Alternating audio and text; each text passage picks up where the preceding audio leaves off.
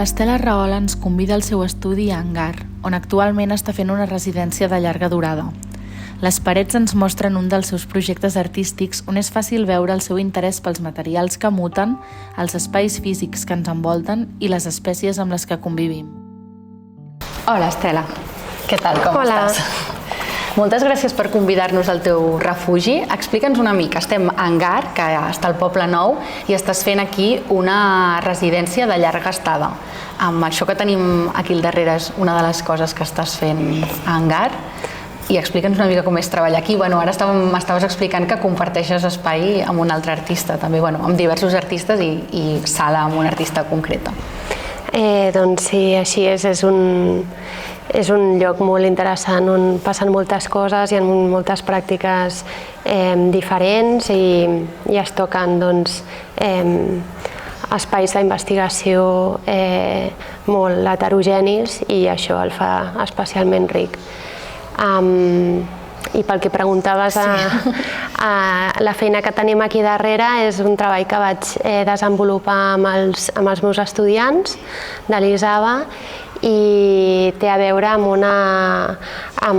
un treball que vam fer amb el pavelló Mies van der Rohe, juntament amb la Fundació Mies, que era treballar sobre qüestions relatives a tot aquest procés de manteniment tan exhaustiu per oferir al visitant sempre una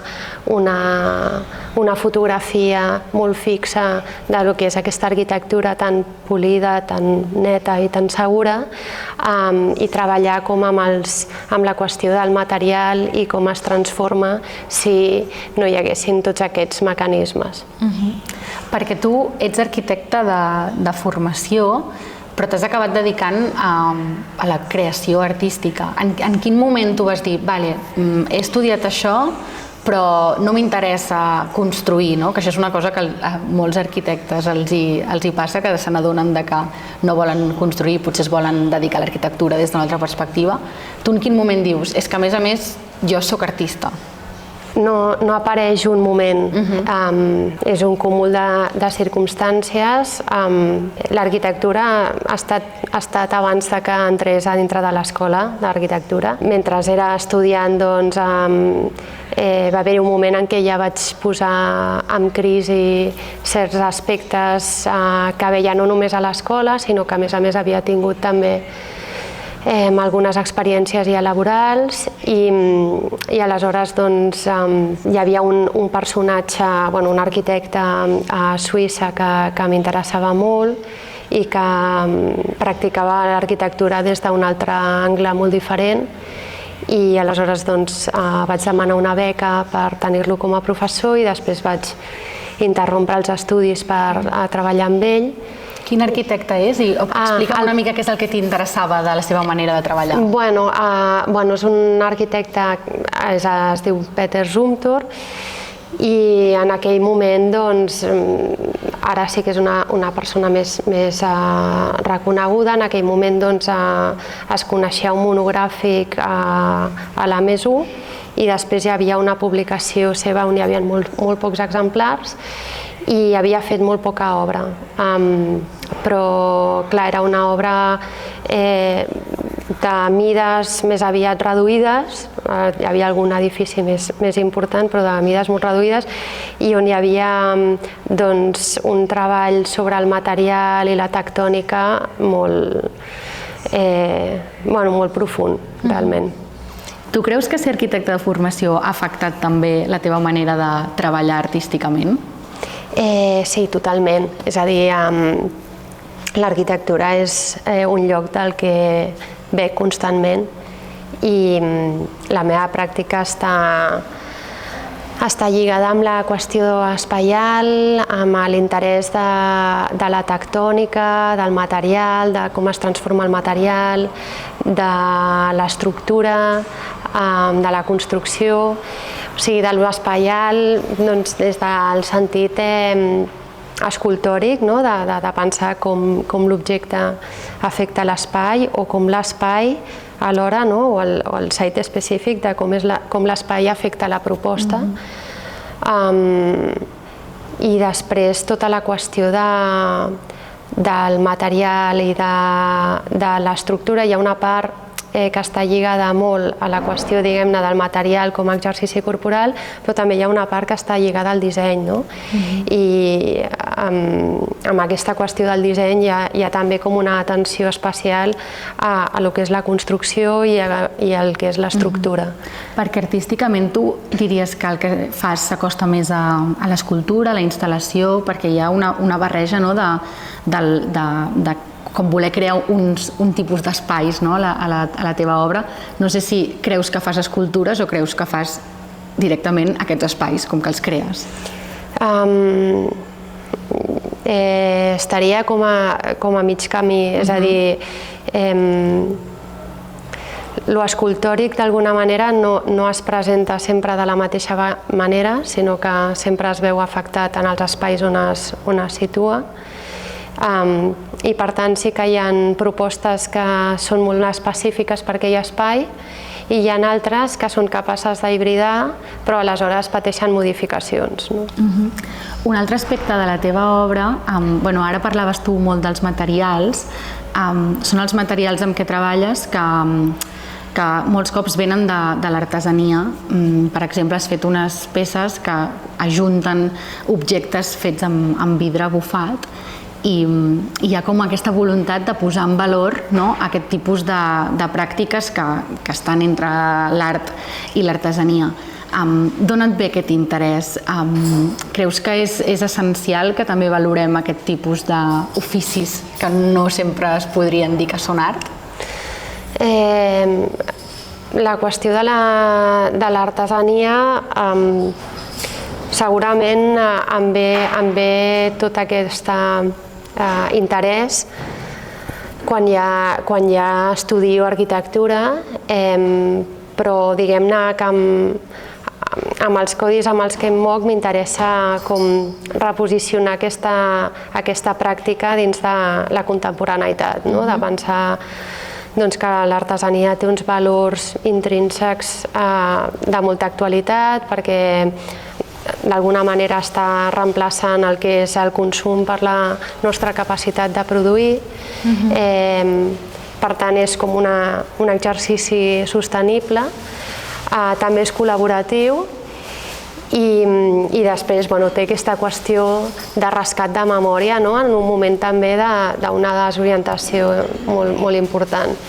I a banda de totes aquestes qüestions de valors, també hi ha un tema més, com diguem-ne, més un anclatge que és important, que és el tipus de relació que estableixes amb el material. O sigui, l'artesà té una comunicació amb aquell material que arriba a conèixer tots els seus límits, fins a on pot estirar, fins a on pot apretar, o sigui, gairebé com si fos un coneixement molecular.